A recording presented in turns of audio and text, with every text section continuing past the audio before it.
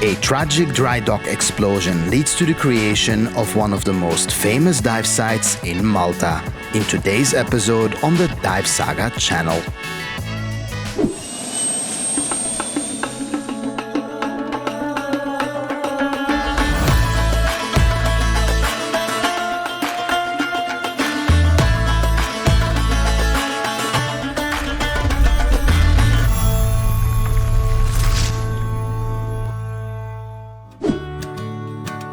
It's early springtime in the Mediterranean, and I am on a short getaway vacation with Gabby on the tiny island nation of Malta. Conditions are unusually rough for the time of the year, but the crew at Watercolors Dive Center in Slima offered me to go for a dive anyway. Just 3 divers on a technical dive to the Al Faroud oil tanker. While dive guide Alex gets everything ready, I do a quick background check on the history of this wreck. Malta is a small island in the Mediterranean and therefore logistically only really connected to the rest of the world by the sea. In Malta, many ships come and go, and so did the Al Faroud, until the night of February 3rd, 1995, when she was dry docked on dock number 3 and an explosion occurred. The Al Faroud was a small oil tanker, and residual gas had accumulated below the main deck, resulting in an explosion that cost the lives of 9 shipyard workers.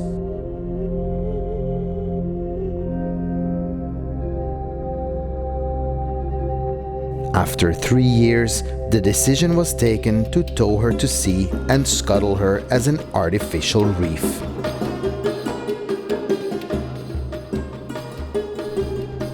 The wreck is now resting on Malta's south side, and dive guide Alex drives us to the location.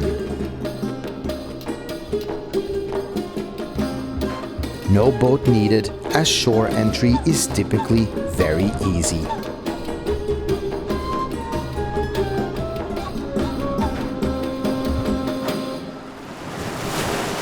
Well, not today. We knew the weather would be rough out, and luckily all of us have some experience in difficult entry and exit conditions, so the dive is a go. When it comes to diving in challenging conditions, there's always a command structure in place. You should always check firstly whether the port authority or whoever is in charge of allowing people in the water allows you to do so. Secondly, it is up to your dive guide or your dive master to make a local assessment as to whether diving is even appropriate on that day in that place. And third, there's you. You should always assess whether you feel like you're capable and confident to make that dive safely in those conditions. If those 3 are a go, then the dive is a go.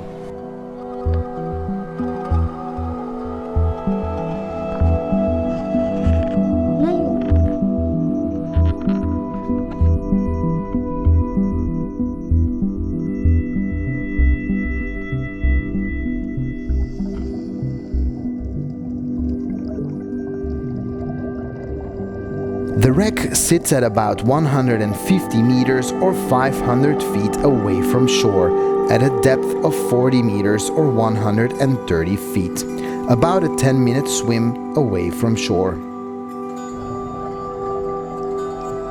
We swim shallow so we can save our bottom gas.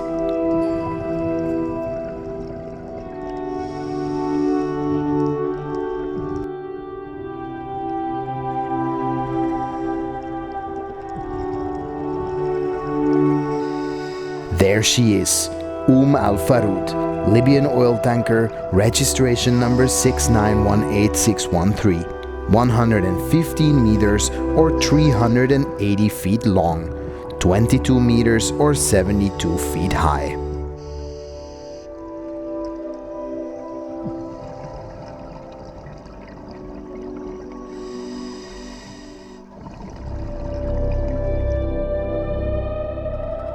Dive guide Alex has briefed that he would show us some key points of interest inside the wreck, so our first goal is to make our way towards the engine room. Although this is a relatively large wreck, it can be challenging to penetrate when wearing technical diving equipment. You will notice that one of our dive buddies is actually using side mount equipment, which does have some advantages in this particular situation. Unfortunately, I left my side mount equipment at home in the Caribbean, so the rental equipment will have to make do. The Al Faroud wreck is a bit of a maze, and either a line or prior knowledge of the wreck's layout, like dive guide Alex has, is an absolute must. At the bottom of this shaft we find the engine room. Down here it's a maze of pipes, wiring and other loose elements, and a diver needs good spatial awareness to navigate this environment.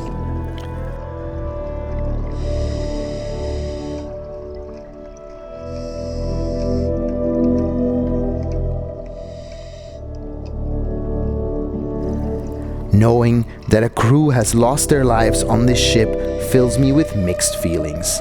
It feels almost eerie to visit here, but I suppose the decision to turn the Al Faroud into a shipwreck for divers adds to the overall allure of Malta and its diving industry specifically.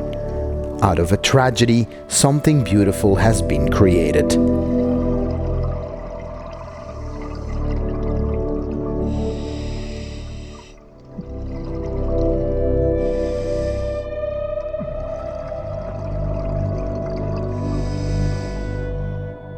We swim back outside and over the deck. We are now well into deco and I realize what an amazing and intricate wreck this is.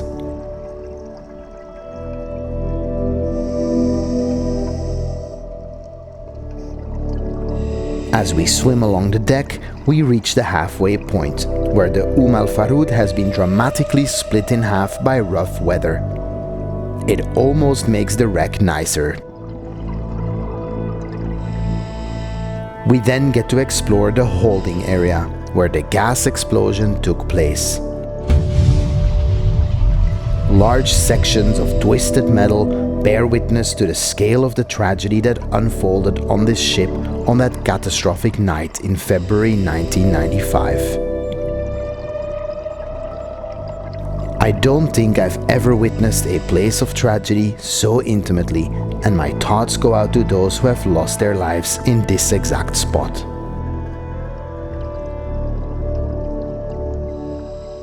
To explore the insides of the bow, we will have to stage our decompression cylinders, so we secure them on a section of railing on the deck before we enter.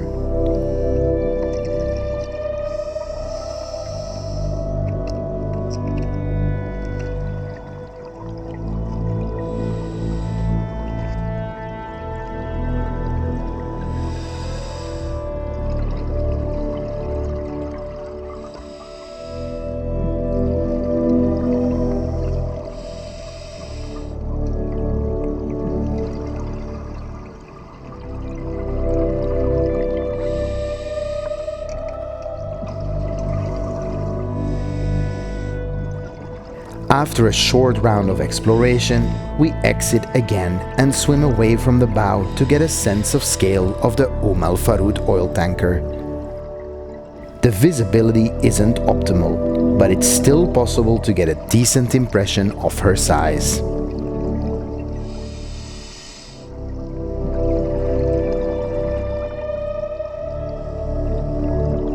Lastly, after recovering our decompression cylinders, we check out the bridge.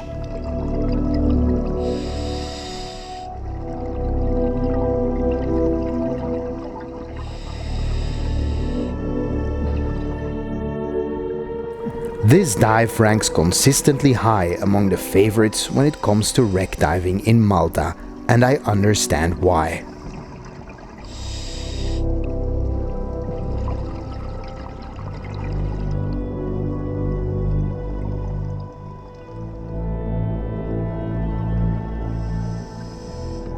I'm grateful that despite the weather, we were able to dive not only into the wreck, but to dive into its history.